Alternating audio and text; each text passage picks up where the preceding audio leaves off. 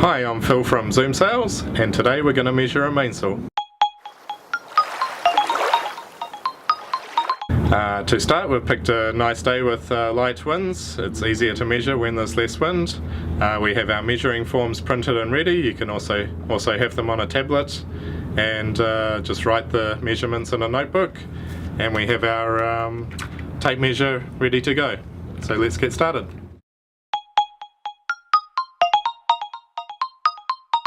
For step number one, we're going to measure from the back of the mast, so not from the TACK shackle, but right from the tape measure on the back of the mast. So we have our helper holding the tape measure on the back of the mast, and we're going to walk to the aft end of the boom to measure the maximum foot of the sail. So we're making sure that the tape is as straight as possible from the back of the mast to the bearing point on the shackle at the back of the boom. We're measuring to the bearing point on the shackle, which attaches to the CLEW of the sail. Sometimes this will be on a CLEW car, and sometimes this will be directly onto the outhaul.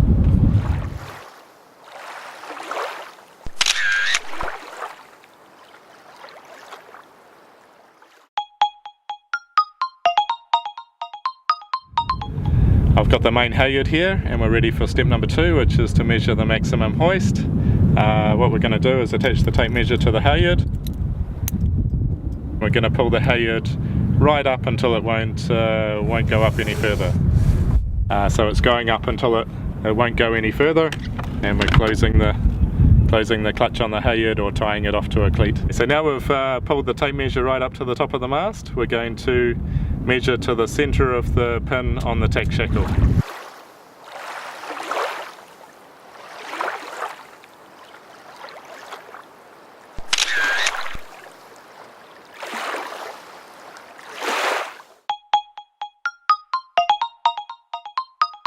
On step number three, we're just measuring the maximum leech length. So we have the halyard hoisted to the maximum, and we're going to measure to the shackle on the CLEW with the boom in the position that you want it when you're sailing.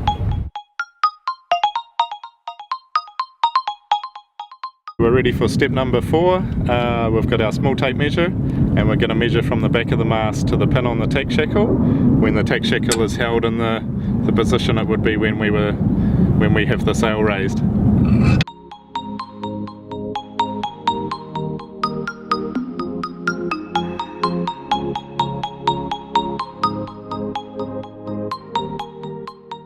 Step number five, very similar to step number four, we're just measuring from the back of the mast with our small tape measure to the centre of the reefing horns. Back of the mast, centre of the reefing horns.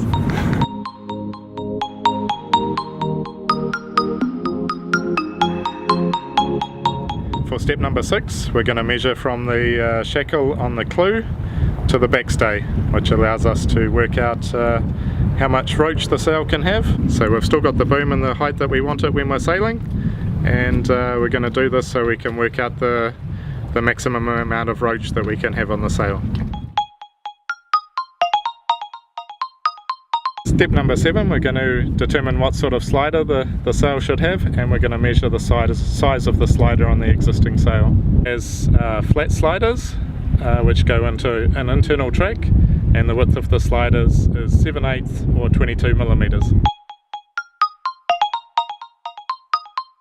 For the last step, what we do is we either go out in the dinghy, or we walk down the jetty a little bit in the marina and take a photo of the mast from side on, and that gives us two things. It shows us how the top of the mast looks with the crane where the backstay is sitting, and also we can put the photo into CAD and we can measure the prebend of the mast. Thank you for watching this video. If you have any questions, please don't hesitate to contact me.